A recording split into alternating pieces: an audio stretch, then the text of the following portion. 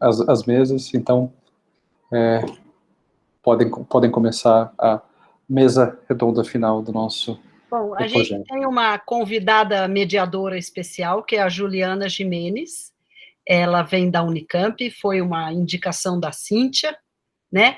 Então, não sei se a Juliana quer começar a fazer mediação, depois a gente pode se apresentar, não sei como vocês querem fazer. Eu tinha planejado uma pequena apresentação, né, para a gente começar, e daí eu já passo a palavra, e eu queria ver se a Júlia controla o tempo, eu controlo, né, conforme as coisas vão acontecendo, a gente vai vendo. Vamos, então, acertar isso aí, porque é uma boa, né? Quanto tempo a gente teria para falar? Como somos só nós duas? Quanto tempo você acha que você precisa, Cíntia? Eu diria que meia hora. Meia hora? Uhum. Eu acho que no máximo meia hora, talvez até um pouco menos. Pode ser assim? Podemos contar o tempo assim? Daí, como é que depois a gente deixa perguntas e dúvidas para o final? Isso, se alguém quiser anotar, eu vou ficar de olho aqui no chat, aí depois eu leio ou abro o microfone, né, para a pessoa perguntar, fazer os comentários. Tá então, ótimo. Boa tarde a todos e todas, obrigada pela presença. Nessa mesa, vamos falar sobre os aspectos da tradução da obra de Machado de Assis para o inglês, e as professoras que vão apresentar a fala, a professora Cíntia, da Universidade Federal de Uberlândia, tem experiência nas áreas de estudos da tradução, crítica literária e comunicação, e realiza pesquisas na área de tradução e recepção, tradução e intermedialidade e adaptação cinematográfica. Professora Lenita, da Universidade de São Paulo, tem experiência na área de tradução e atua principalmente nos temas de tradução e ética, historiografia da tradução, tradução literária e literatura brasileira traduzida para o inglês. Então, nessa fala de hoje, nós vamos apresentar um pouquinho desse percurso que é fascinante de Machado de Assis, traduzido para a língua inglesa, e passo a palavra para as professoras. Olá, antes da professora Lenita começar, vocês querem que eu avise depois de um certo tempo? Posso avisar a cada 10 minutos no chat ou por voz, como vocês preferem. Bom, eu prefiro que você avise por voz, porque eu já vou estar olhando aqui PowerPoint, eu fico atrapalhada, e também prefiro que a Cíntia comece. Ok. Tá certo. Convidada de honra. Júlia, pode me avisar, sim, por voz também, por causa do PowerPoint, né? Bom, boa tarde a todos, muito obrigada pelo convite, Tiago. Professora Lenita é minha orientadora de pós-doutorado, né, no momento, numa pesquisa que, embora tenha um pouco de Machado, não é tradução literária, é adaptação cinematográfica, mas um dos objetos de estudo é uma adaptação do Memórias Póstumas, do André Klotzel. E é um prazer aqui falar de Machado com vocês nessa sexta tarde, e eu vou direto ao ponto. E Juliana, muito bom rever você. Seu trabalho me marcou. Outra estudiosa de Machado. Bom, eu vou apresentar e vocês, né, fiquem à vontade para falar comigo, mas não para escrever, porque eu não vou ver o chat.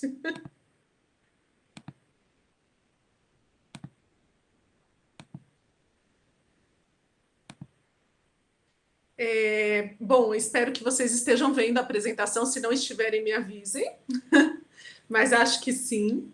Eu vou comentar um pouco... Estamos vendo. Obrigada.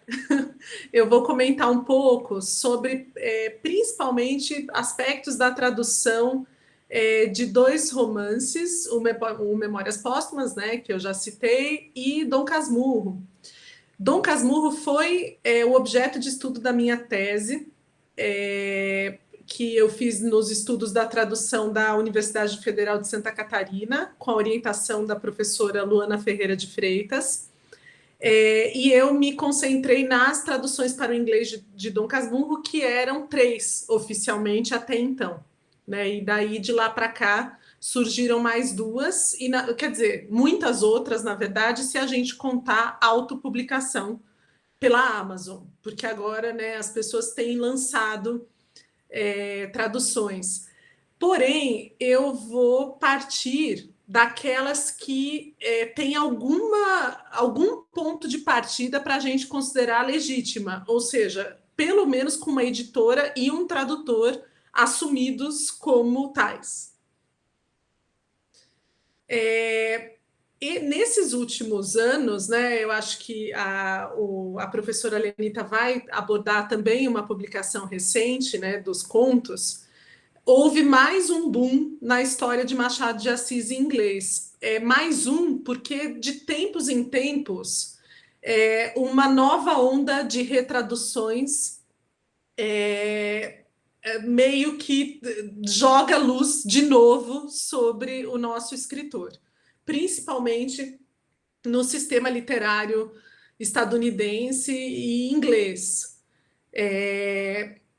Ou seja, a história do Machado tem altos e baixos, né, ao longo do tempo em língua inglesa, ou seja, mais ou menos, embora tenha sido traduzido pela primeira vez em 1921, mais ou menos desde a década de 1950, com a introdução dos romances na língua inglesa, é que ele de vez em quando vem com tudo, daí depois tem um certo período de dormência, depois vem com tudo de novo e assim sucessivamente. É claro que agora, no século XXI, a gente já pode argumentar que ele já está suficientemente canonizado, né? Já não é um completo desconhecido, embora não seja um autor popular, né? Não é como, por exemplo, o Paulo Coelho na França, né? Digamos assim, mas tem seu público cativo, principalmente entre acadêmicos e intelectuais.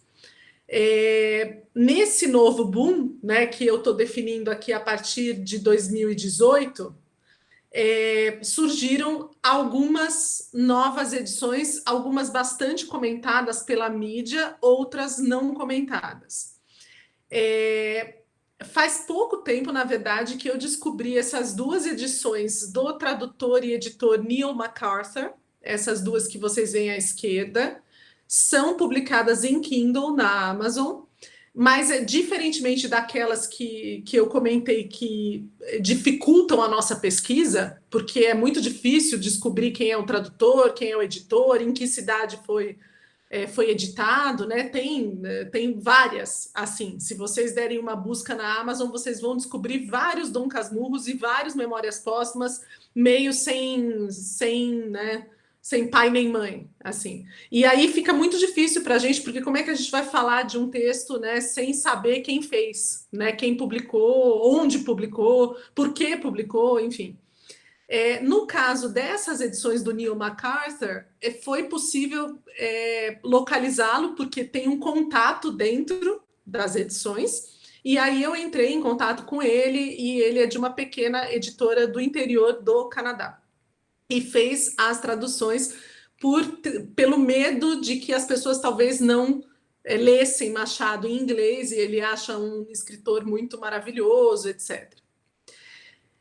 Aqui no Brasil, neste ano, a editora Landmark, que é uma editora com um histórico complicado, né, já foi acusada de plágio, já sofreu processo, daí processou de volta, né, a Denise Botman, nossa colega da tradução, que é dona daquele site, autora, né, e dona daquele site Não Gosto de Plágio.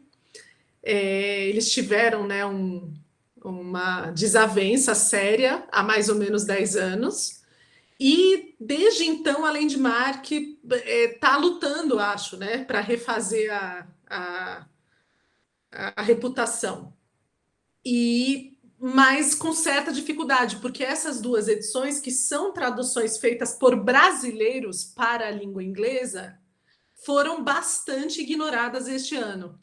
né? Enquanto as duas últimas aqui da direita foram hiper comentadas, né? Saíram nos principais jornais, etc. As da Landmark, que são voltadas para um público brasileiro que lê inglês e não para um público estrangeiro, foram bastante negligenciadas, né? Praticamente eu não achei nenhum comentário crítico sobre elas na mídia. Por outro lado, aqui à direita, nós temos as duas estrelas deste ano, do ponto de vista machadiano, né? As novas traduções de Memórias Póstumas, uma assinada pela Margaret Jo Costa e pelo Robin Patterson, que são os dois tradutores e organizadores da coletânea de contos, né, de que a professora Lenita vai falar. E a outra da Penguin, essa é da W.W. Norton, né, a da esquerda, e a outra da Penguin, né, que tem uma super máquina de marketing, né, e usou toda essa máquina para disseminar essa tradução, da Flora Thompson DeVoe, que tem esse nome, né, afrancesado, mas é estadunidense, assim como os outros dois.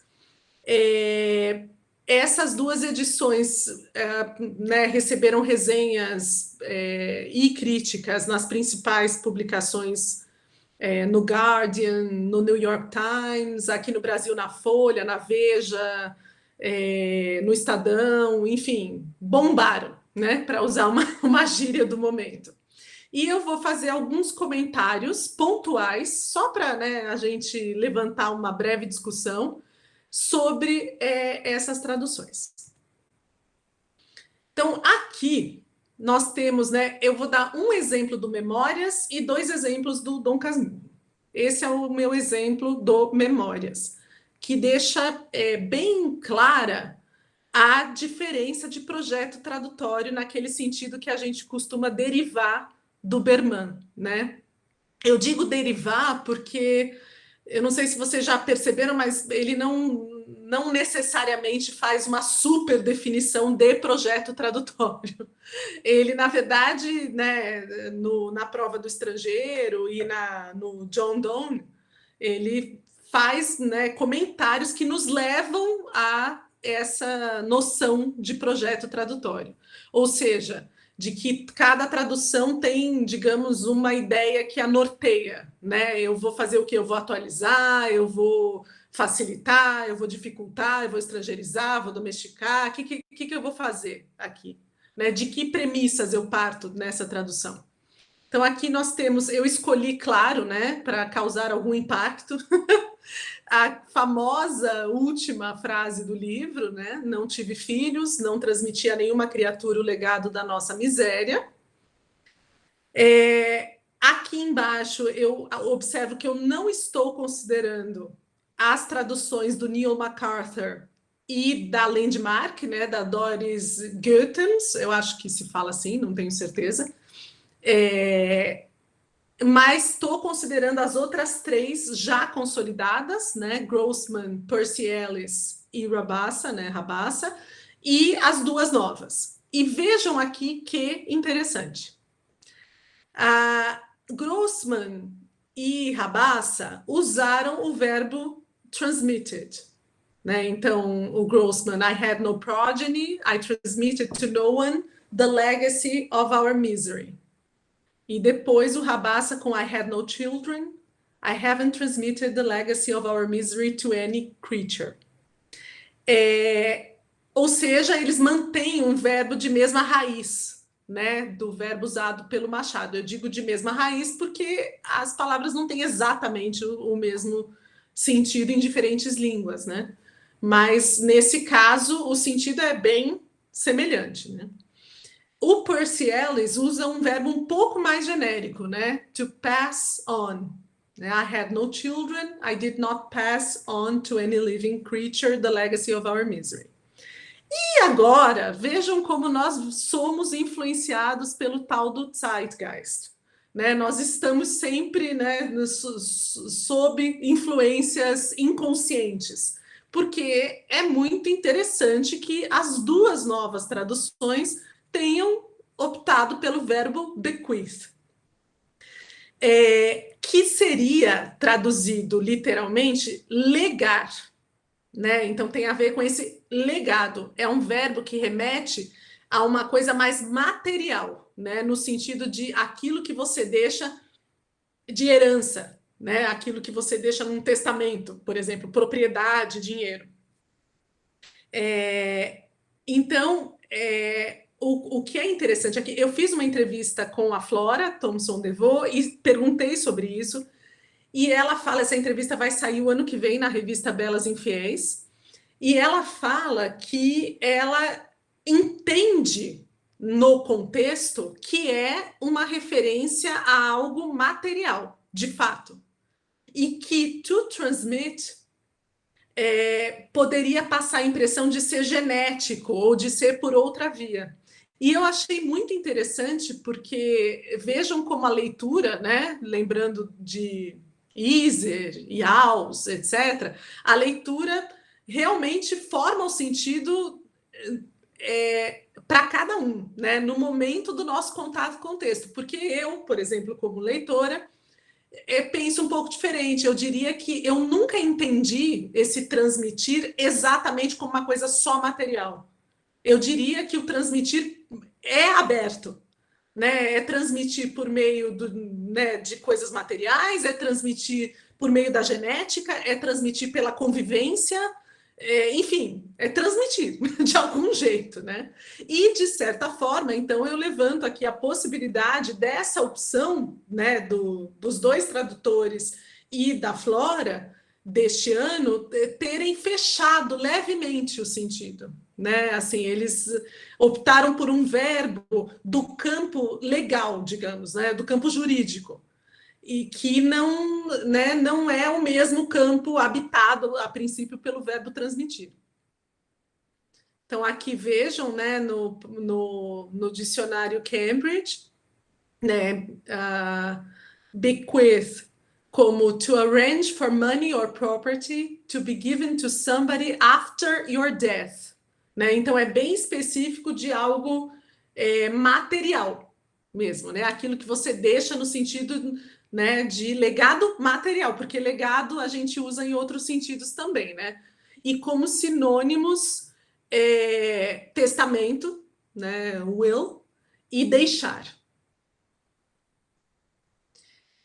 Passando para Dom Casmurro, aqui eu trago o Neil MacArthur e o Sávio Ramos Silva, né? O Sávio da edição da Landmark, o Neil MacArthur é aquele tradutor canadense, e as outras 3 edições que eu estudei na tese, né? Que são consideradas as 3 edições consolidadas, né? Uma de 53, da Helen Caldwell, uma de 92, do Robert Scott Bucklew, que era escocês e morou no Brasil, inclusive morreu aqui no Brasil, e o John Gladstone, né, bastante conhecido, estudioso do Roberto Schwartz,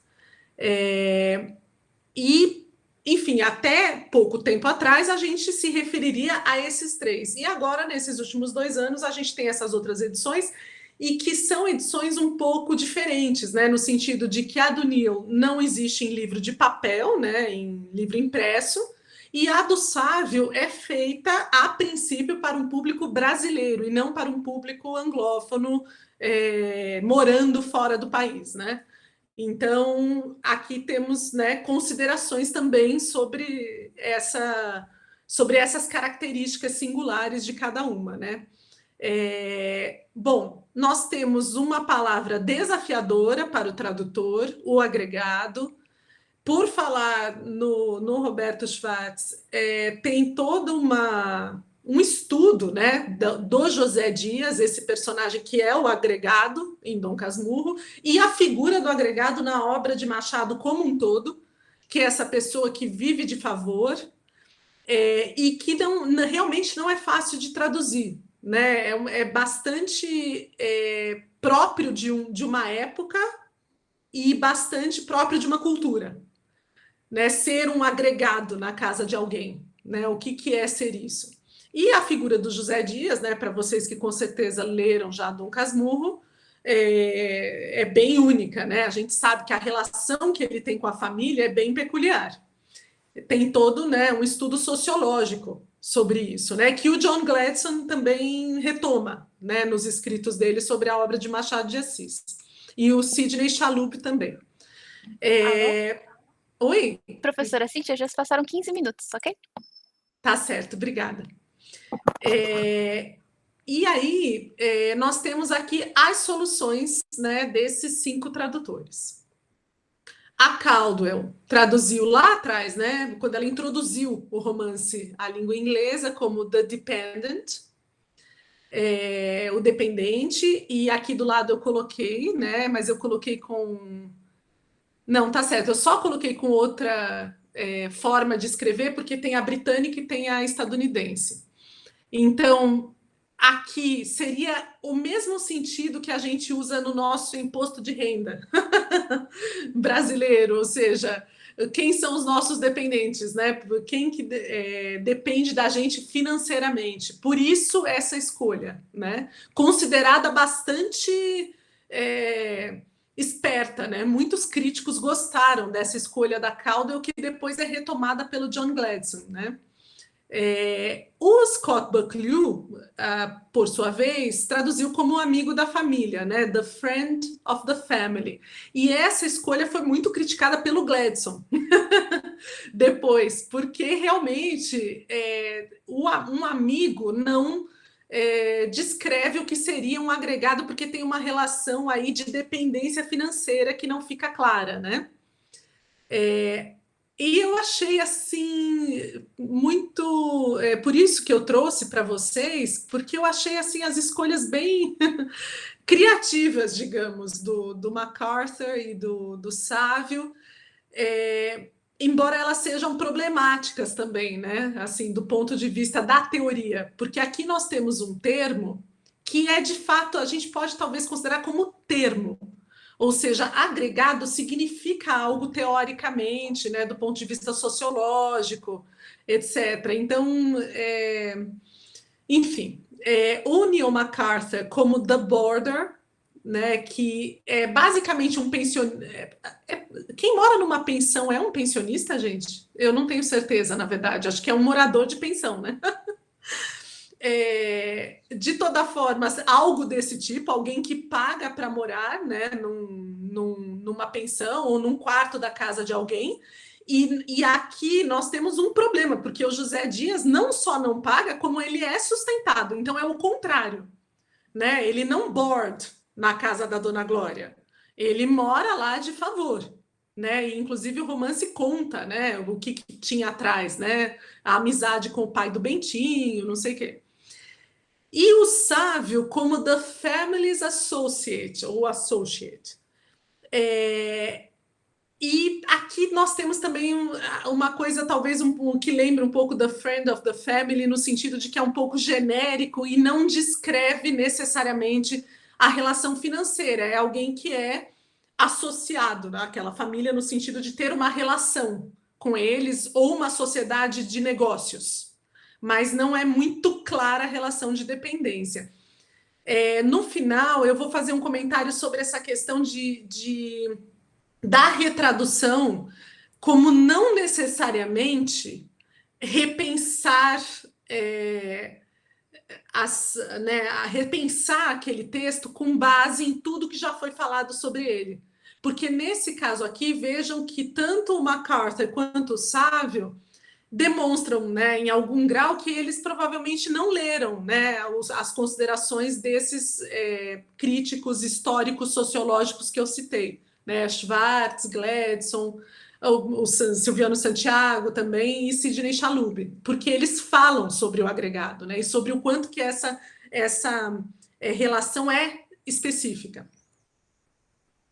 Bom, eu fiquei, né, um tempo pensando se eu trazia para vocês olho de ressaca, etc. Depois eu vou falar dos olhos de cigana oblíqua e dissimulada, mas eu acho essa frase super, assim, bonitinha, fofa, face cor de pitanga, né? Tá no capítulo 12, é quando o Bentinho fala para Capitu, os dois ainda, né, jovenzinhos, ele fala... a Capitu fala para ele que os sonhos dela são muito mais bonitos que os dele. E ele fala que os sonhos são tão bonitos quanto a dona dos sonhos. E aí ela fez-se cor de pitanga. E vejam que, assim, é curioso. Em 53, a Caldwell traduziu como She Turned the Color of a Pitanga. Olhem que ousado! Para 67 anos atrás, né? Ela deixou a palavra pitanga sem nota. Né? Vire-se, leitor, vá descobrir o que é uma pitanga. Que tem nome em inglês, sim, mas o nome em inglês é Suriname's Cherry, né? Cereja do Suriname. E aí não dá certo, né, gente? Porque se é do Suriname, o que está fazendo no Brasil? Não ficaria muito bom. Mas a pitanga é a forma, né, brasileira de falar e ela manteve. E foi a única. Né? Depois viria o Scott Buckley com beterraba, né? Vermelha como uma beterraba. O Gladstone simplesmente ficou muito vermelha, né? Corou ou enrubesceu, enfim. E, o MacArthur também, né? Na mesma linha, só que não é bright red, é só red, né? Ficou vermelha. E o Savio, ou seja, vejam que interessante que foi diminuindo, né? Também a quantidade de informações, né? Foi lá de She Turned the Color of a Pitanga para She Blushed. Ela corou, ponto final. Né? Então, aqui eu considero um fenômeno interessantíssimo, assim, que não vai dar para a gente desenvolver muito, né, nesse momento, mas que envolve toda, né, a discussão sobre retradução. Né? A gente já retoma daqui a pouco uma questão sobre isso. Só para não deixar o último exemplo de fora, então aqui eu trouxe, né, uma parte também, né, bem impactante, que todo mundo conhece, você já reparou nos olhos dela, é o José Dias falando, né, nosso agregado. São assim de cigana oblíqua e dissimulada. E é claro que, né, Machado é difícil até nas pequenas frases, né, até no Face Cor de Pitanga ele desafia, né, porque, enfim, ele tem um jeito muito capcioso, né, de escrever, assim, diz muita coisa com pouca coisa, um jeitinho de falar, enfim. E aqui nós vemos uma dificuldade, né, com esse trecho, né.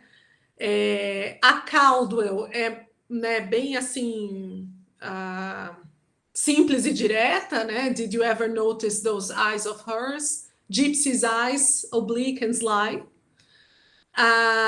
O Scott Buckley mais ou menos na mesma linha, com a diferença, né, do tempo verbal. Daí they're sly and cunning, like a gypsy's, né, que é uma construção um pouco diferente. O Gladstone usa uma coisa que dá para a gente, assim, problematizar um pouco, que é esse they're bit like a gypsies. Né? Eles são um pouquinho como de uma cigana, ou algo desse tipo. E, na verdade, esses são assim de cigana oblíqua e dissimulada não é exatamente um pouco. Né? Seria como se a gente falasse na gíria hoje, talvez, tipo de cigana oblíqua e dissimulada, né? Então tem aí uma interpretaçãozinha a mais, digamos. O MacArthur usa oblique and elusive, like a gypsies, né? Ele muda um pouco, né? Como os outros, faz uma adaptaçãozinha. E agora vem o Savio com Have you taken notice of her eyes? Spurious, phony, gypsy eyes. Ou seja, ele aumentou um adjetivo, né? Esse phony, né? Falso, né? Fake. A gente traduz de uma coisa em inglês para outra coisa em inglês, mas tudo bem. É um pouco repetitivo, né? Porque é espúrio e falso, enfim, tá mais ou menos ali na mesma, né? No mesmo campo semântico. E é uma outra solução, né? Mas é interessante, porque aqui, de novo, a gente tem uma espécie de... Com o tempo, nós temos um afastamento do texto de partida, o que depõe um pouco contra, né? Eu vou agora para uma breve discussão e já vou fechar, contra algumas noções que a gente vê discutidas sobre retradução. E eu queria só, né, chamar a atenção de vocês para isso, que quando a gente vê a coisa concreta, algumas ideias sobre retradução podem ser bastante assim colocadas em xeque. Então, a Luana Ferreira de Freitas, né, que foi minha orientadora, estuda também, né, a recepção de Machado e de Clarice em inglês, e ela levanta essa questão da retradução como renovação. Como renovação, certamente é, né? Porque toda vez que tem uma retradução, tem né, se for respeitada como legítima, digamos assim, como é o caso, né, dos novos Memórias Póstumas, vai haver uma nova onda de recepção crítica, mais pessoas vão pensar a respeito, talvez conquiste outros leitores, daí a renovação.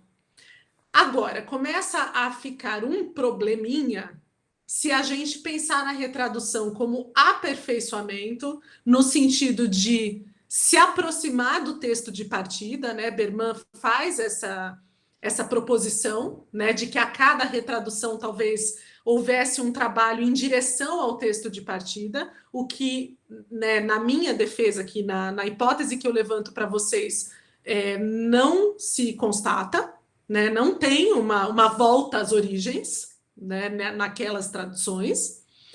E como Paul Ricoeur, né, fala, com uma insatisfação com relação a outras traduções, né? Que a gente faria a retradução quando a gente está insatisfeito com as outras, ou porque elas envelheceram, etc.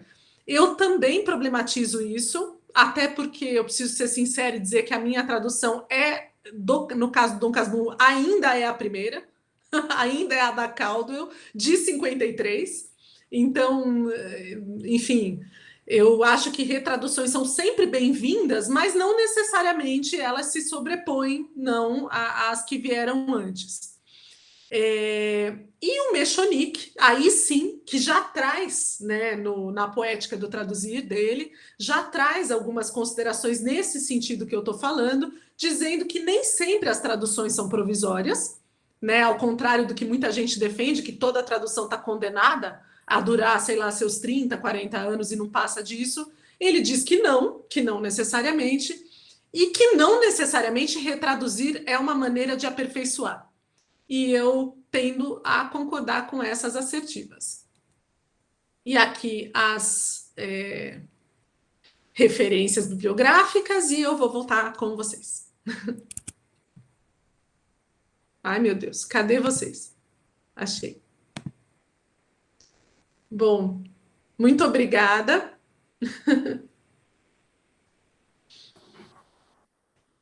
Obrigada, professora. Júlia, a gente passa para a professora Lenita ou abre para as perguntas? Tem 2 minutinhos sobrando. Talvez seja melhor já passar para a professora Lenita e deixar as perguntas para o final?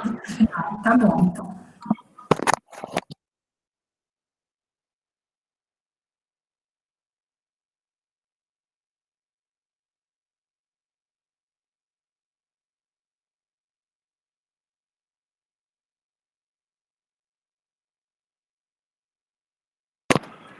Estamos vendo sua apresentação, professora, mas eu não estou te ouvindo.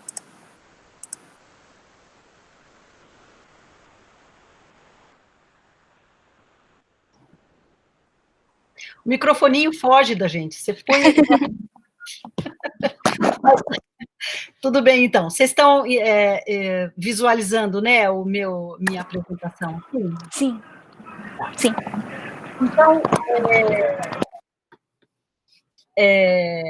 eu vou falar especificamente dos contos do Machado, partindo de uma obra que foi lançada em 2018, que são The Complete Stories, que saiu um volume alentado, com a tradução de todos os contos que o Machado publicou em vida. Porque os contos do Machado são meio complicados, porque esse, por exemplo, que eu vou analisar hoje, ele tem uma versão anterior, que saiu em formato folhetim. Então, enfim, existem várias questões, né? E essas reflexões surgiram de um curso que eu frequentei quando eu estava fazendo meu pós-doutorado, e lá na Universidade de Yale, com o professor David Jackson, e a Cíntia também foi para lá uma semana, e foi tudo muito interessante, porque a coisa parece que se concentrou nessa semana, né? E o que acontece é que eu vou, então, falar alguma coisa sobre traduzir Machado para o inglês, em termos bem genéricos, e depois eu vou me concentrar em um conto, que é o conto Relógio de Ouro, que é um conto não, assim, dos mais festejados, tipo Missa do Galo, etc., mas Missa do Galo, Alienista, né, Causa Secreta, aqueles contos mais comentados. É um conto mais simples, mas ele tem coisas muito interessantes. Então, em primeiro lugar, quais seriam os prós e contras de traduzir textos do Machado? Prós: Machado é um autor urbano, e ele é cosmopolita. Então, ele não traz, nos textos dele, a dificuldade de um texto, sei lá, do Graciliano Ramos, né? Quer dizer, textos que retratam uma realidade muito específica brasileira. Machado não é regionalista, tá? Ao mesmo tempo, ele é um grande historiador do Brasil do século XIX, com suas mazelas e contradições. Então, ele é urbano e cosmopolita, mas ele é muito específico também do Rio de Janeiro, principalmente, a sede da corte no século XIX, todas as relações sociais, etc. Por um lado, também, ele se vale de temas universais. Ele não escreve sobre a seca do Nordeste, né? Mas a linguagem dele é uma linguagem datada, e, em grande medida, também local, porque ela remete diretamente ao contexto em que o Machado vivia, né?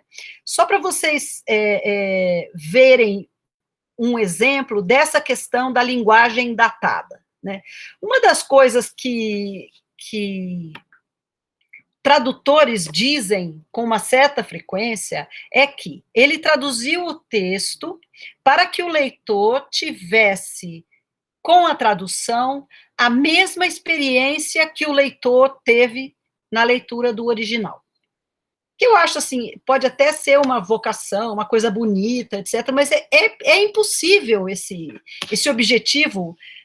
Já de cara dá para ver que não é possível você reproduzir dessa forma, né?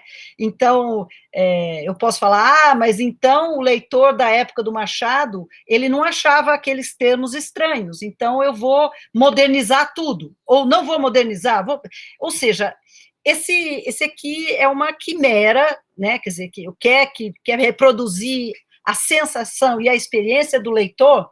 Eu acho que isso aí não dá certo, né? Não é possível de fazer. Mas, guardando a questão da linguagem que ela é datada, por exemplo, vou reproduzir ou não vou reproduzir esse datado da linguagem? No caso do Machado, isso aparece muito. Então, quando a gente estava lá nesse curso, vendo os contos e vendo as traduções, eu comecei a recolher palavras, e várias delas são, para mim, a cara do Machado. Não é cara do século XIX, é porque elas fazem algum sentido para mim, porque elas são do Machado.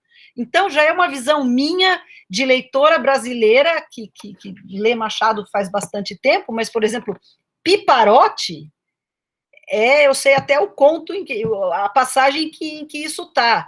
Depois tem Cavatina, Ósculo, que aparece, acho que, se não me engano, a Cíntia vai me corrigir, mas é no Dom Casmurro mesmo, Comborço, Opíparo, Tafu, Patal, não sei se é Loquela ou se é Loquela, Gamenho, e por aí vai. O que fazer com essas palavras, né? Vou procurar palavras correspondentes em termos de datação no inglês ou não?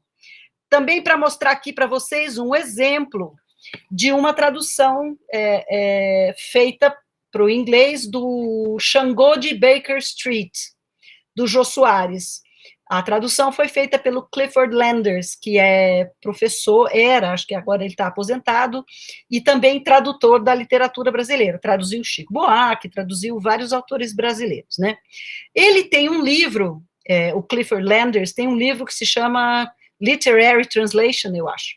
E ele dá muitos exemplos das traduções dele. Então, ele fala assim, que o autor do Xangô de Baker Street, que é o Jô Soares, não usou nenhum termo, nenhuma palavra ou expressão do português que não fosse corrente em 1886. E que ele, como o Jô Soares afirmou isso, que a linguagem toda do livro é uma linguagem que não, ela é datada nesse sentido de pertencer, nenhuma palavra é posterior a 1886, quando se passa a trama, e o Clifford Landers falou, então, que ele seguiu essa convenção e se valeu do Oxford English Dictionary, que é o melhor amigo dos tradutores, também concordo, porque lá ele dá a primeira ocorrência de palavras, então ele fez essa correspondência, né? E ele, inclusive, cita que ressaca era usada em português antes de hangover, com o sentido de ressaca, tipo assim, o estado em que você fica no dia seguinte, quando você bebeu demais no dia anterior, não a ressaca do mar, né? Então, ele diz que, procurando nos dicionários, ele percebeu que a ressaca, nesse sentido, era usada, nesse sentido segundo, vamos dizer assim, que não é a ressaca do mar, antes em português do que hangover era usado em inglês. E, de fato, a gente pode ver que, no Wise, a datação de ressaca como mal-estar causado por ter bebido muito é de 1883, e o hangover no inglês aparece em 1904. Eu estou mostrando só essas questões que aparecem para os tradutores e que devem ser consideradas naquilo que a Cíntia comentou como projeto de tradução, quer dizer, antes de você começar a tradução, você precisa resolver uma série de coisas, para depois seguir aquelas coisas que você decidiu, ou mudá-las, se for o caso, mas, enfim, antes de começar a fazer a tradução. Não que eu ache isso de fundamental importância numa tradução. Não sei se eu acho, assim, tão importante que não haja nenhum termo da época posterior a tal data, etc. Mas só para mostrar para vocês que ocorrem, né, nos dilemas de um tradutor. Mas eu acho, assim, que o verdadeiro problema na tradução da prosa do Machado é que ele emprega os termos de um jeito muito próprio, e ele explica esses termos no próprio texto. Então, ele desloca e enriquece. E, obviamente, o grande exemplo é a palavra casmurro, né? Então, ele fala, não consultes dicionários. Casmurro não está aqui no sentido que eles lhe dão, eles os dicionários, mas no que lhe pôs o vulgo de homem calado e metido consigo.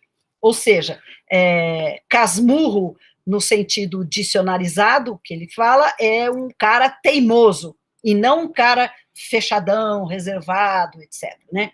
Serião, tal. Mas acontece, vejam, os fenômenos. O Machado é o Machado. Então, a gente já tem no dicionário Wise a acepção que o Machado deu para Casmurro no Dom Casmurro. Então, o primeiro disse indivíduo teimoso, obstinado, cabeçudo, etc., e disse ou indivíduo fechado em si mesmo, ensimesmado, sorumbático. Ou seja, o Machado revoluciona as palavras e seu uso, o seu emprego, etc. Agora eu passo, então, para o estudo desse conto, que é o Relógio de Ouro. Tá? A primeira versão desse conto foi publicada no Jornal das Famílias, que era um folhetim, e foi publicado em 1873. Depois, o conto foi publicado nesse mesmo ano, 1873, no Histórias da Meia-Noite, que é um dos livros de contos do Machado, né? O Machado reformulou a história para publicá-la em livro, deixando-a menos folhetinesca, segundo um estudo de Catita. Eu vou voltar a esse estudo da Catita, porque, além do sobrenome dela ser bonitinho, eu achei muito interessante o estudo que ela fez. Ela compara as duas versões do conto, né? E, atualmente, que eu saiba, existem pelo menos 3 traduções para o inglês.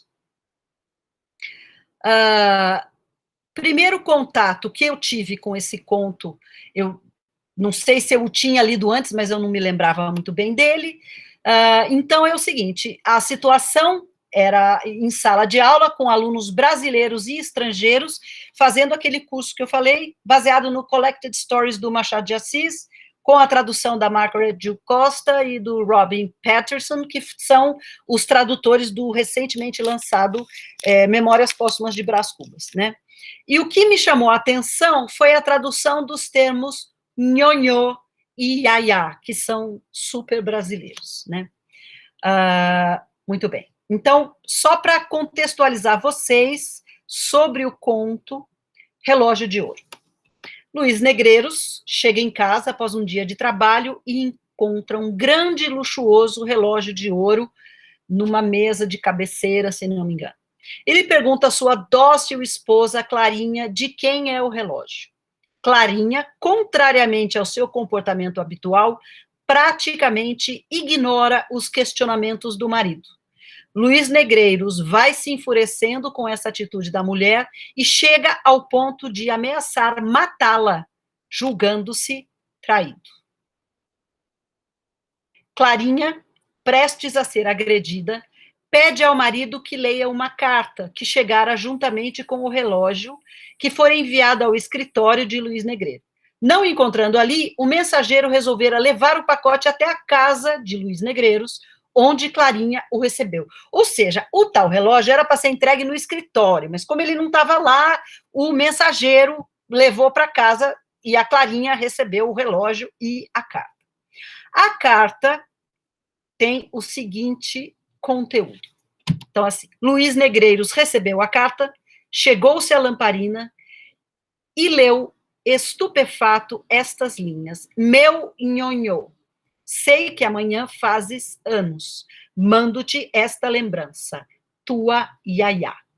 E assim acabou a história do relógio de ouro. Ou seja, o Machado termina dessa forma abrupta e deixa os leitores, assim, no mínimo, pensando, quem mesmo que mandou o relógio pro cara, né?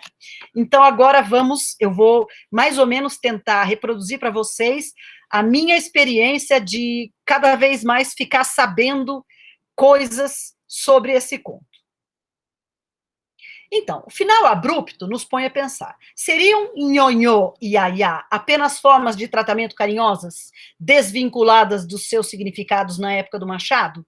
Em caso afirmativo, isso explica a incomum atitude de Clarinha. Na verdade, ela se mostrava assim distante porque acabara de descobrir que estava sendo traída por Luiz Negreiros. Então, a Clarinha, que era tão dócil, tão fofinha, tão engraçadinha, ela ficou muito brava e resolveu dar um gelo no Luiz Negreiros, que se enfureceu, porque, dada essa atitude dela, ele resolveu supor que ela o estava traindo e que aquele relógio tinha sido, sei lá, esquecido por algum homem que tinha frequentado a casa dele na sua ausência, né? Mas não foi essa a interpretação que a Margaret Jill Costa e o Robin Patterson deram. Eles traduziram da seguinte forma. Luiz Negreiros took the letter, went over to the lamp, and was astonished to read these words. My dear young master, I know that tomorrow is your birthday, and so I'm sending you this small gift. Nanny. Olá, professora. Já se passaram 15 minutos. Tá bom. Bem assim no Nanny. Sim. Bom, com essa interpretação aqui, a gente chega à seguinte conclusão. Qual foi a interpretação deles? O relógio foi enviado por uma antiga babá, porque ela assina nanny.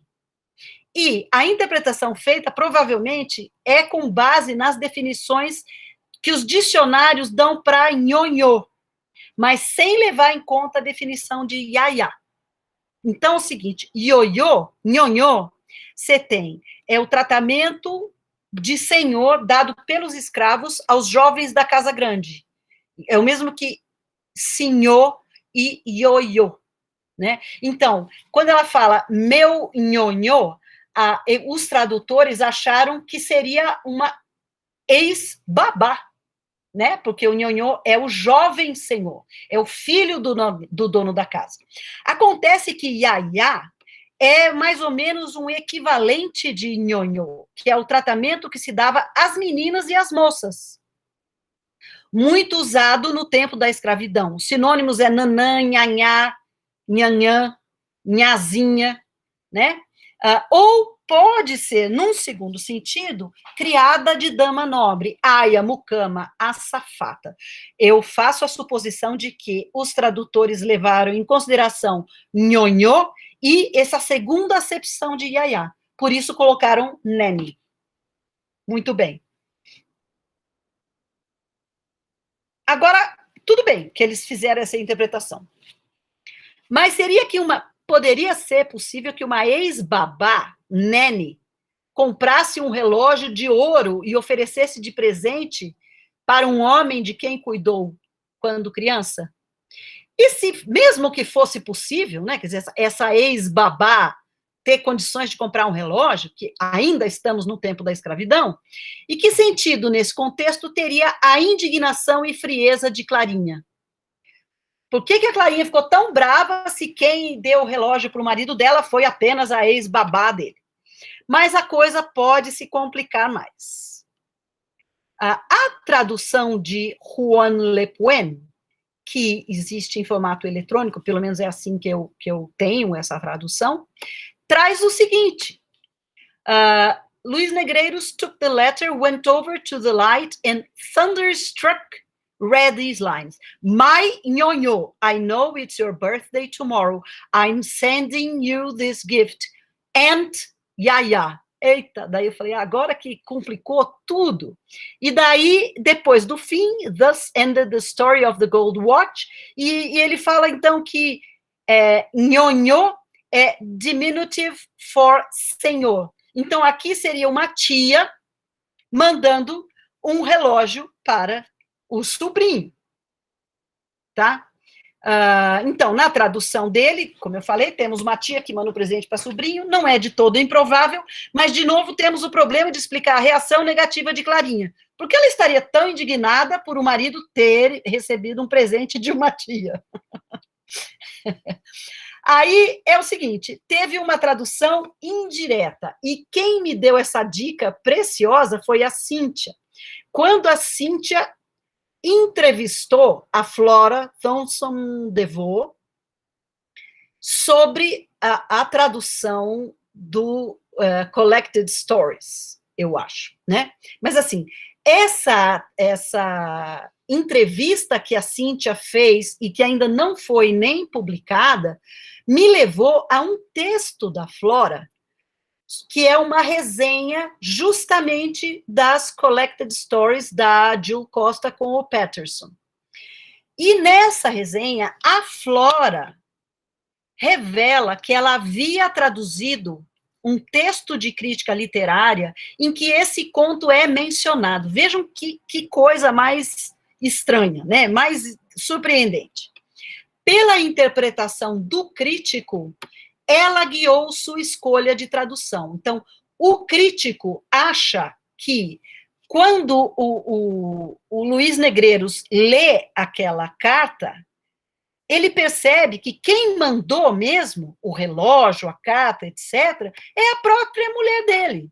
E isso fica muito claro na interpretação do crítico. E como ela tinha traduzido o texto do crítico literário e esse trechinho do conto, como é que ela traduziu? Ela explicitou de vez.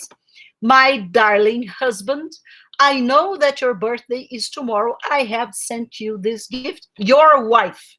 Então, tirou qualquer sombra de dúvida de quem seriam ali os personagens desse bilhete, que eles chamam de carta, né? Mas aqui eu volto à questão, mas e a tia da outra tradução? Aunt Yaya. E aí eu vou voltar para a questão da desfolhetinização do relógio de ouro, tá? Então, esse estudo da Flávia Barreto Correia Catita compara duas versões do conto O Relógio de Ouro. E no folhetim, Luiz Negreiros é muito mais violento e chega a apontar uma arma para a esposa. Ele pega um revólver e aponta para a esposa, né, para Clarinha. No conto que aparece no Histórias da Meia-Noite, eles ameaçam sufocá-la. Não seja muito melhor do que uma arma, mas, enfim, uma arma é mais folhetinesca, né? E quando se revela o conteúdo da carta, fica claro que Negreiros tem uma amante. Apesar disso, tudo acaba bem. Machado não termina o conto abruptamente e deixa tudo às claras. Tratava-se, de fato, de uma amante, eu escrevi Medeiros, mas, obviamente, é Negreiros, me desculpem, não deu tempo de revisar o PowerPoint, mas a dócil Clarinha o perdoou e tudo acabou bem. Então, este é o final do conto, o jornal...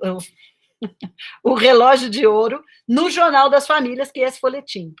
Meu bebê, sei que amanhã fazes anos, mando-te esta lembrança, a tua Zeferina.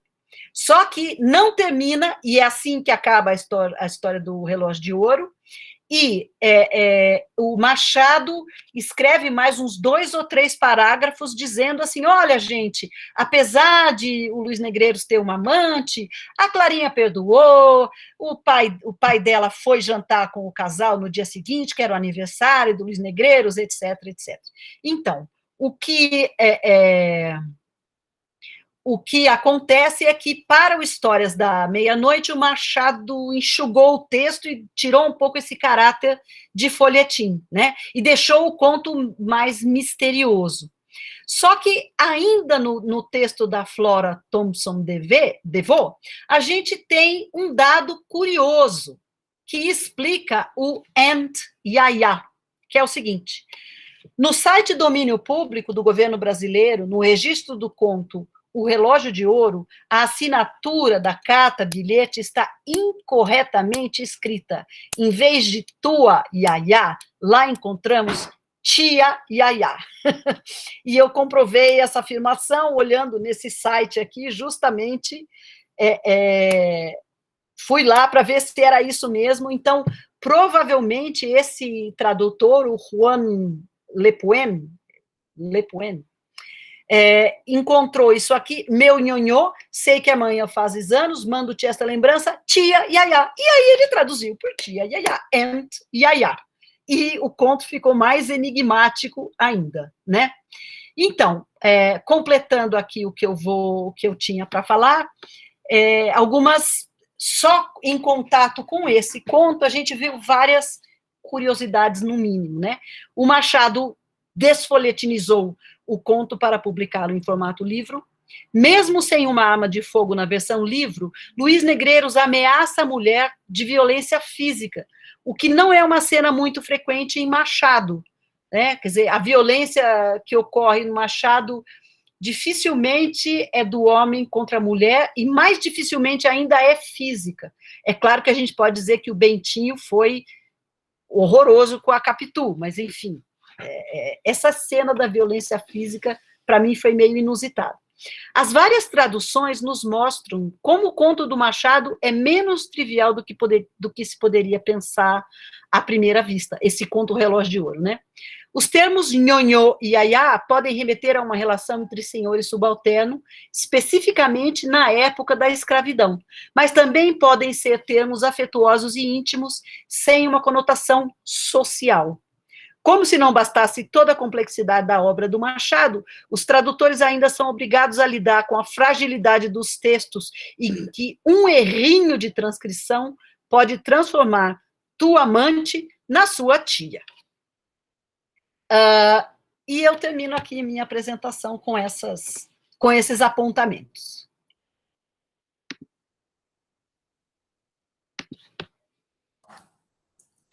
Obrigada, professora. Muito bom ouvir as falas da professora Lenita, da professora Cíntia.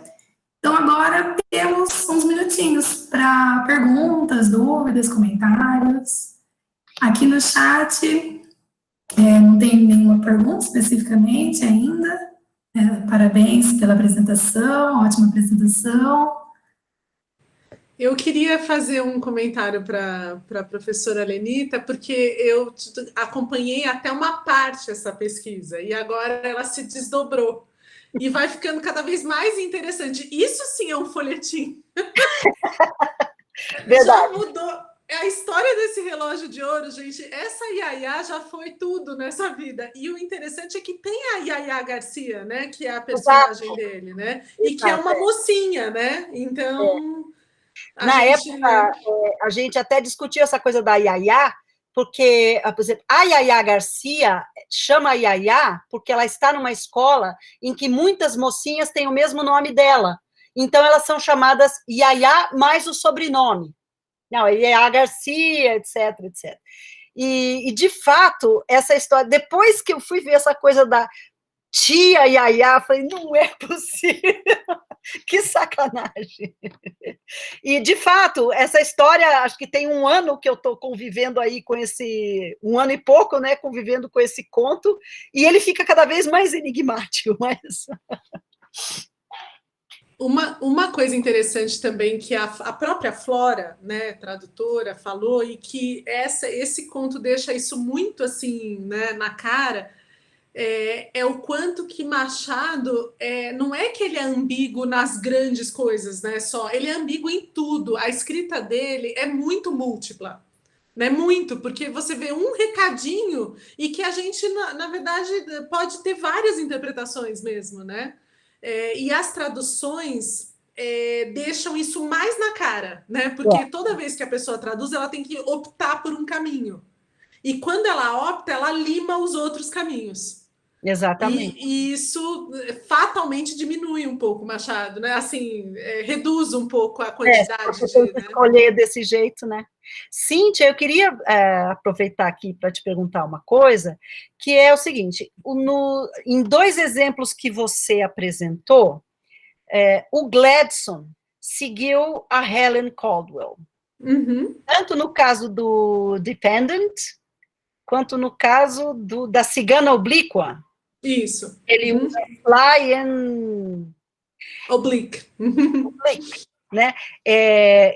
Que são as minhas traduções favoritas também, assim. Bom, eu tenho uma admiração muito grande pela Helen Caldwell, por causa do que ela fez com o Machado, com o Bentinho e com a Capitu, quer dizer, ela teve uma influência, inclusive na nossa leitura de Dom Casmurro hoje, né? Foi ela que levantou essa lebre do...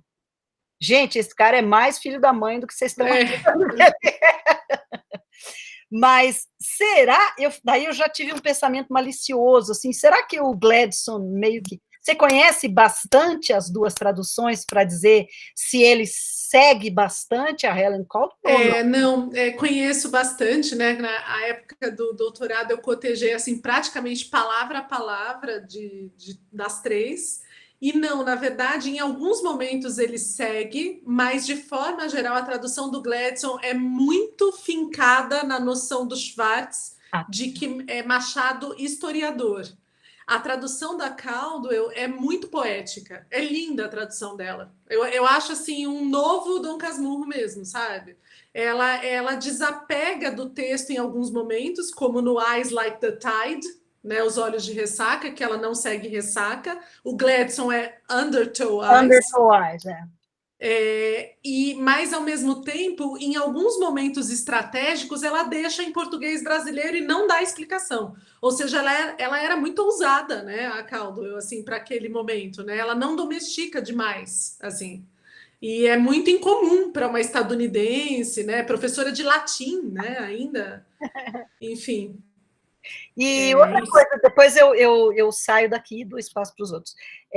O seguinte, essa coisa que você mostrou, dessa nova onda de todo mundo resolver fazer uma tradução e publicar na Amazon, isso está acontecendo direto. Demais. Tem uma onda paralela a essa onda, que é uma onda editorial, que tem várias editoras que esperam o autor entrar em domínio público e daí começam a lançar traduções dele. E elas são várias. Então, de repente, sei lá, Virginia Woolf entrou em domínio público, abarrota-se o mercado com traduções. E isso é uma coisa que me surpreende um pouco, porque se as pessoas estão publicando tantas traduções da mesma obra, é porque tem alguém que vai comprar isso aí, porque eles não são bobos. Eu sei que eles não são bobos no sentido de a tradução é bem mais barata, o único preço que eles vão ter de pagar é o tradutor, que é pouco, e a produção do livro, né, que daí vai depender do nível de sofisticação da publicação, etc.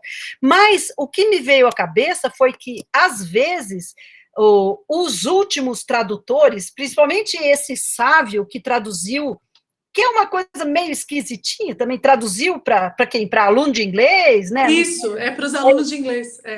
Talvez ele precise, num certo sentido, se diferenciar.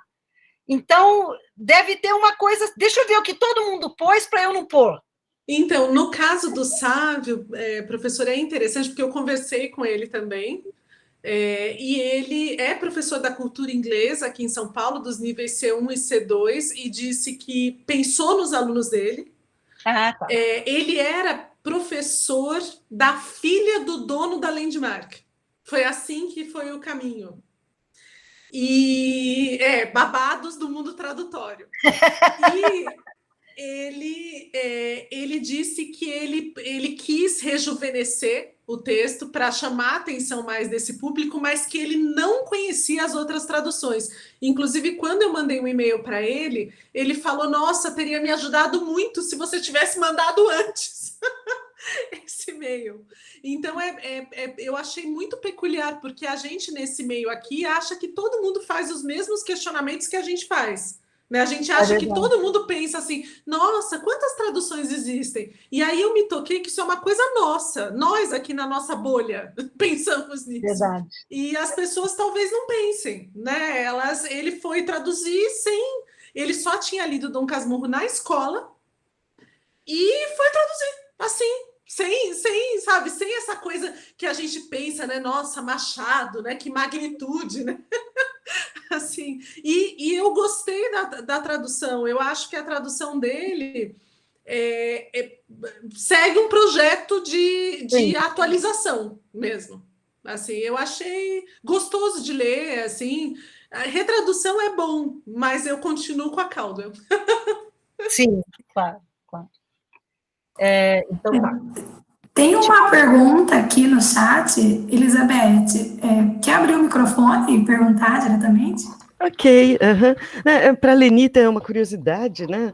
Aquela citação sobre proporcionar ao leitor da tradução a experiência do leitor original, ela é aproximadamente de quando? Que me parece de uma ingenuidade. De sempre, Beth.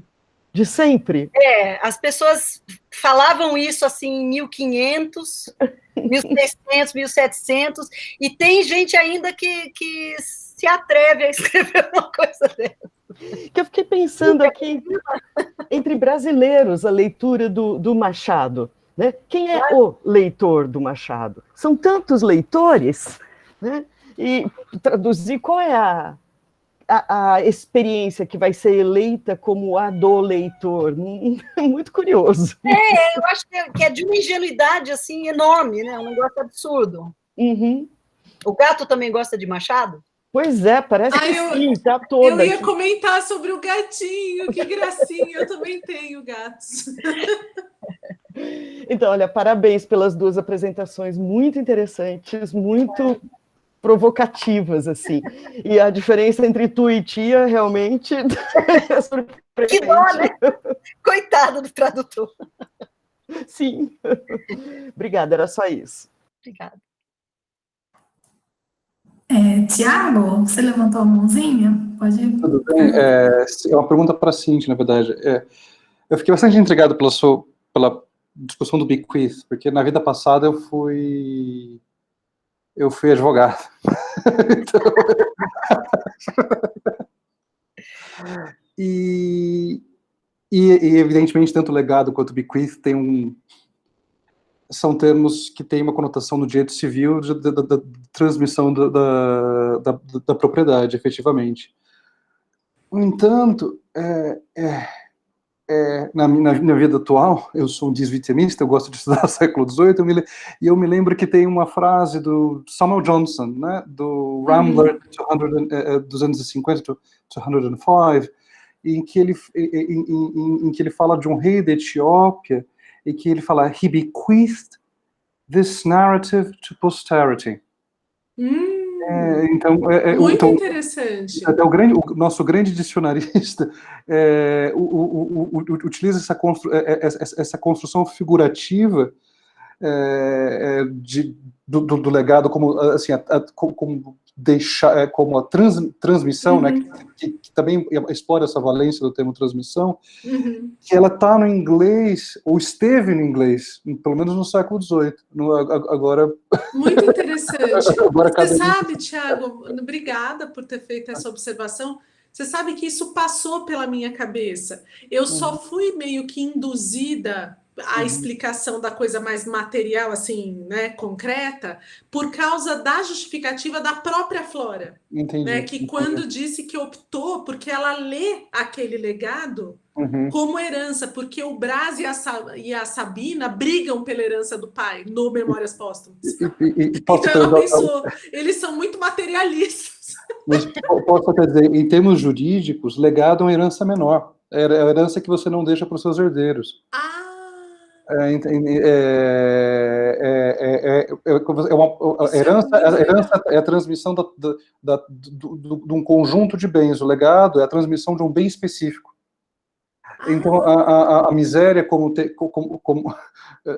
sempre falo que estudar direito, eu achava que não servia para nada, mas depois a gente vai envelhecer.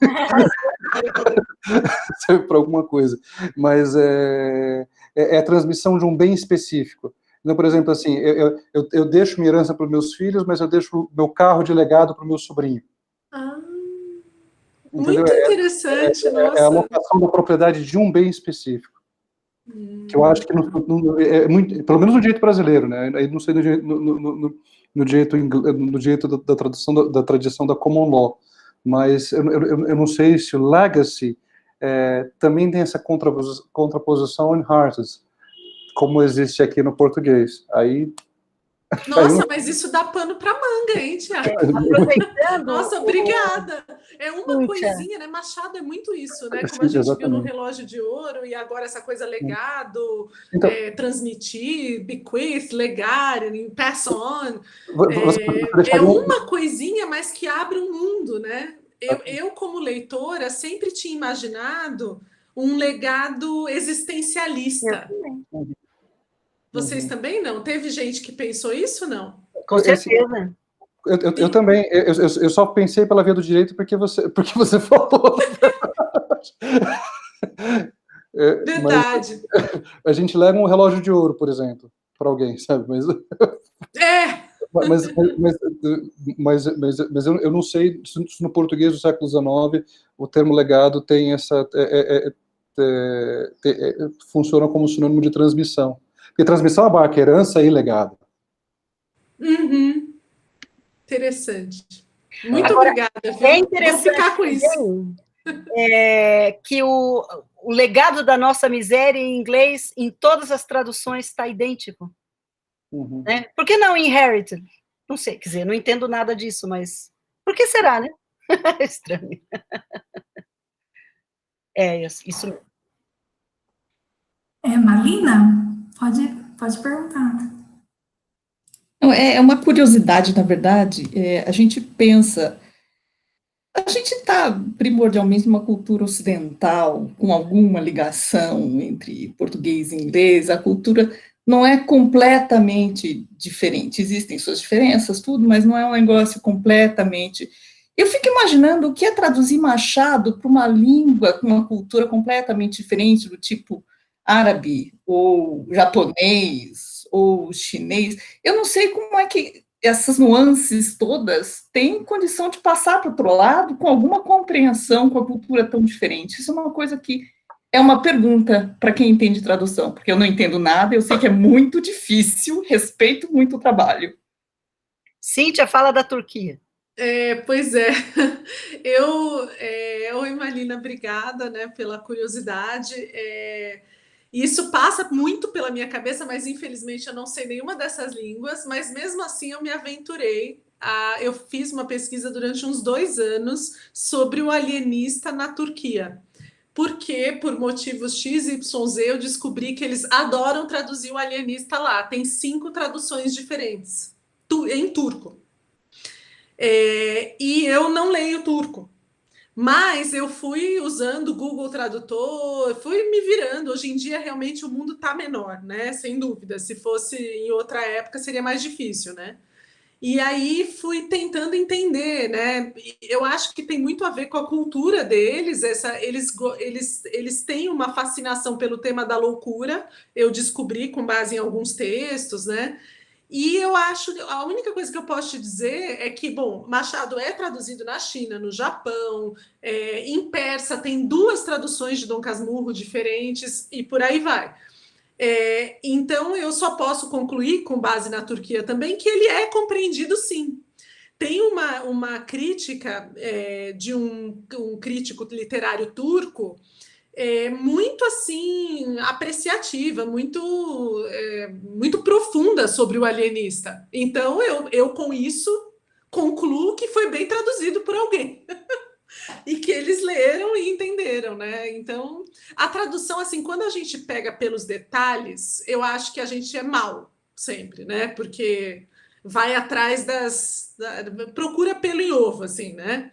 Agora, a tradução como um todo, eu acho que ela dá conta, assim, mesmo em línguas muito diferentes. Eu até tenho Dom Casmurro em persa, é lindo, mas não entendo lufas, né? Não faço a menor ideia.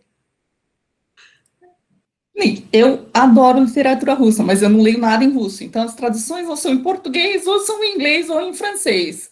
E eu não faço ideia de quanto o que se perde pelo caminho. Eu não tenho nem como descobrir o que está perdido pelo caminho. É uma coisa assim, sabe? Adoro literatura russa, mas eu não sei nem se um dia eu vou conseguir aprender russo o suficiente para ler um Tchekhov. Não faço ideia. Eu tô na mesma, também gosto, também não entendo nem meia palavra em russo. Pois é. Então, quem traduz realmente tem que ter muita arte, muita coragem, muito trabalho, né? Muita dedicação.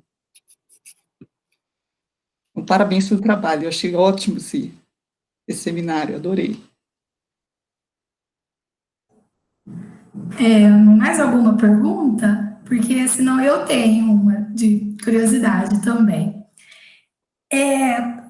Quando eu peguei o resumo da mesa, eu fui pesquisar as editoras, os tradutores, e eu acabei caindo meio, né, sem querer, nos preços dos livros. Então, a Memórias Póstumas de Brás Cubas, da Norton, custa $17, $17,95. Né? E o The Collected Stories, $35. Então, sem pensar na conversão, né, que vai ser um pouco complicada atualmente, mas eu queria saber da opinião de vocês. Vocês acham que é um valor para o público americano, para o público britânico, é um valor acessível para as grandes massas? Ou é um preço que ainda seleciona um certo tipo de consumidor, né? $18, né? Vamos arredondar. 18 e $35 podemos dizer assim, é um livro barato ou é um livro meio caro, assim, né? No geral. Eu não acho caro, não. Agora, também acho que as grandes massas nos países falantes de inglês não vão buscar tradução. Acho que se eles forem ler alguma coisa, eles vão ler coisas, né, não sei, um autor do século XIX, a gente está no XXI, por quê, né? É uma coisa meio, já tem uma resistência grande. Então, acho que talvez quem se interesse, tem, por exemplo, Woody Allen, que adora o Machado, agora ficou na moda falar que gosta do Machado de Assis, né? Todo mundo fala, o Machado de Assis. Mas seriam pessoas que teriam grana para pagar $17 pelo livro, ou 35 pelo livro dos contos. Não sei o que a Cíntia acha. Não, eu concordo. Esse é um valor comum de livro literário, assim, com nota, prefácio, né? Ou seja, bem trabalhado, né? Mas eu também, principalmente, mais do que o preço, Machado não tem apelo mesmo com a massa. Na verdade, ele não tem apelo com a massa no Brasil também. É porque as pessoas leem por causa do Enem, do vestibular, porque na escola faz parte, mas é só por isso. Né? Assim, não é um. Aqui no Brasil a gente lê também, com base naquelas pesquisas, sabe, do Itaú Cultural, né? A gente vê quais são os livros mais vendidos. Eu lembro que eu fiz um trabalho até sobre isso em 2012, tudo bem, já está um pouco defasado, né? Mas só para ter uma ideia, de muito longe, o livro mais vendido no Brasil foi 50 Tons de Cinza. De muito longe. Então, assim, a massa não vai ler isso mesmo que tivesse um preço acessível, infelizmente, né? Ou não, né? Enfim, faz parte da vida. O que também nos leva a completar o seguinte: quem comprou 50 tons de cinza não é a massa, entendeu? É uma massa, né? Pô, comprou livro, uau! Foram vendidos 2 milhões de exemplares. Para o Brasil é uma loucura, loucura. A Intrínseca morreu de ganhar dinheiro com 50 tons. Primeiro com Crepúsculo e depois 50 tons, né? Nunca vi dar 2 bolas dentro, tão dentro assim. Mas realmente você tem toda a razão, professora. Não foi a massa, né? Na verdade, é a classe média, né, que lê. E sim, mesmo assim lê pouco, né? Porque 2 milhões num país de 220, né? A gente já está agora, milhões de habitantes, é muito pouco, né? Exato. Na Alemanha, quando um livro vende muito, vende 8 milhões de exemplares. É uma loucura, assim, a diferença.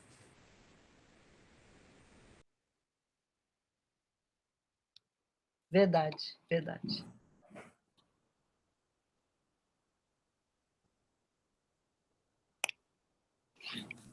Mas alguém quer fazer alguma consideração, fazer uma pergunta, uma observação? Boa tarde. Boa tarde. Eu só queria tirar uma dúvida bem rapidinho. Vocês comentaram a respeito no caso, da pouca leitura de Machado, e eu queria tirar só uma dúvida assim mesmo. Será que não aumentaria o número de leitores de Machado se, por exemplo, houvesse um maior número de adaptações? Por exemplo, para o cinema, até mesmo para as telenovelas, ou não? Obrigada. Eu acho que com certeza. Porque é o seguinte, essas mídias mais... eu tenho essa palavra, não é invasiva que eu quero dizer, mas ela é mais abrangente, ela atinge, né? Elas são muito poderosas no sentido de alavancar o interesse pelo livro. Então, com certeza, filme, sabe? E se for... É que é duro você pegar uma obra do Machado e fazer um filme de super-herói, mas, enfim, essas mídias que estão na moda, isso aí, meu, é uma coisa muito, muito importante, né? Eu mesma, em vários casos, eu vi um filme e depois fui atrás de ler o livro, de tanto que eu gostei do filme. Então, com certeza, para o público brasileiro e também para um público, por que não? Para um público estrangeiro, filmes e séries e coisas sobre assim, baseadas, né, na obra do Machado, com certeza dariam muita força para aumentar o número de leitores. Cíntia, responde. Obrigada, Diana, pela pergunta. Eu concordo, sem dúvida. Filme alavanca livro, tem pesquisas, né, sobre isso, que mostram isso. É claro que livros difíceis, entre aspas, são alavancados, assim, as pessoas até compram, mas não vão até o fim, mas não tem problema, pelo menos vende. já é algo. E eu queria fazer só uma observação de curiosidade. O Thiago colocou, né, 2 anos atrás, 9 dos 10 livros mais vendidos nos Estados Unidos haviam sido adaptados. É um fenômeno mesmo. O Oscar adora filme adaptado, né? Adora. A maioria, né, que ganha o Oscar é adaptação. Mas eu queria fazer só uma observação, que eu trabalho com os meus alunos alguns episódios de uma série da Record, dirigida pelo Adolfo Rosenthal, que é um diretor, né, da Record, de contos do Machado. Tem uns braços, tem os óculos do... Como é mesmo, gente, o nome do homem?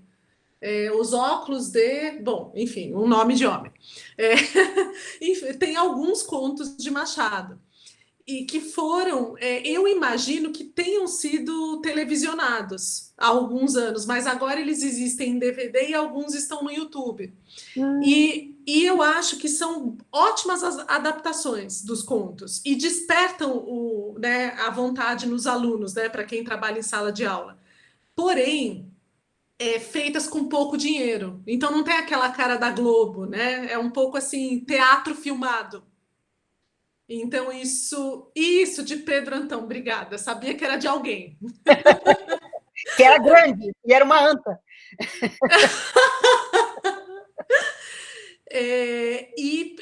Enfim, só queria fazer esse comentário que, às vezes, Machado não recebeu ainda, tirando aquela minissérie Capitu, né, do Luiz Fernando Carvalho, ele ainda não teve essa chance de uma grande produção. Talvez valesse a pena. Alguém investir dinheiro mesmo, né? Para ficar com aquela cara bem comercial, né? Enfim. Só você comentou a respeito das adaptações. No caso, tem o filme Memórias Póstumas, de 2001. Você acha que valeria a pena também, nesse caso, igual esse filme? Então, Diana, o filme que, né, inclusive faz parte do meu pós-doutorado, né, que a professora Lenita orienta, ele tem questões, né? O filme ganhou o Festival de Gramado, etc., mas ele também não é um tipo de filme assim com um apelo a ponto de levar as pessoas a lerem o livro, porque ele é muito literário, é muito didático. Daí também, né, a adaptação meio chata não vai levar para o livro, porque daí as pessoas vão pensar que o livro é muito pior, né? Tipo... Tem que ser uma coisa mais assim, mais Marvel, né, professora? Que nem ela falou, tem que ter um toque Marvel nessa história. Hoje em dia, filme, né? Ele é muito colado no livro. Muito. Né? Então ele parece que ele não tem a transformação, a tal da intersemiótica lá, a tradução. Você tem que usar a linguagem de cinema.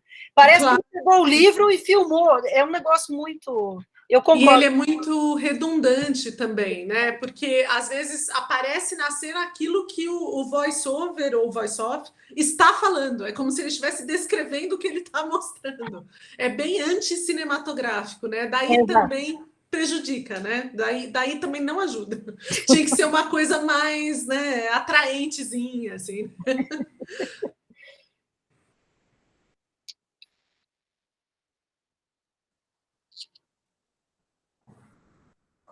Tem um comentário da Júlia.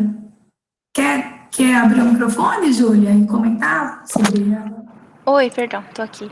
Não, é porque eu tava pensando... Isso me lembra muito o discurso dos ganhadores do Oscar do ano passado. O último Oscar, que foi o Parasite. Uhum. Né? E nesse discurso eles levantam a questão de que um dos obstáculos para a divulgação do filme, para que ele se espalhe, é porque ele era um filme só legendado, não havia dublagem, e parece que o público estadunidense não aceita isso muito bem, né? Então, se houvesse uma adaptação mais Marvel, mais cinemática, ainda haveria essa questão da língua, né? Então, será que seria feita uma dublagem? Parece ainda mais desafiador do que... Olha, se a gente conseguir dinheiro, Júlia, a gente pode fazer assim, uma adaptação de Dom Casmurro baseada na tradução da Caldwell e filmar lá na Califórnia. A gente faz uma transferência para a Califórnia, do Rio de Janeiro para a Califórnia, que era onde ela trabalhava, né, na UCLA. E aí vamos ver se gera alguma coisa. Eu estou brincando, eu acho que Machado é difícil de adaptar, não é fácil, não. Né? Filmes adaptáveis, em geral, né, muitos estudiosos dizem isso, quer dizer, livros adaptáveis são aqueles em que o enredo que é a chave do negócio. Porque daí você pega aquele enredo e passa para outra mídia. Quando é o próprio estilo, ou quando é metaficcional, né, discute o próprio fazer literário, aí o caldo entorna, né? Não é tão fácil adaptar, não.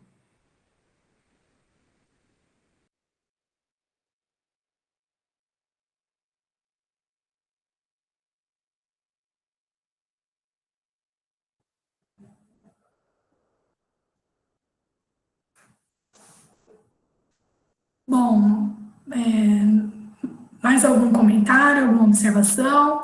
Júlia, como que estamos de tempo? Olha, são 5h35, então estamos um pouquinho além do tempo. Então, eu queria agradecer o convite, agradecer o evento, agradecer ao Tiago pelo convite, a professora Lenita, a professora Cíntia, agradecer aos participantes, né, todo mundo que se dispôs a ouvir essa fala tão gostosa de Machado de Assis. E agora eu passo para a Júlia para as finalizações mais técnicas da mesa. Obrigada a todos e boa tarde.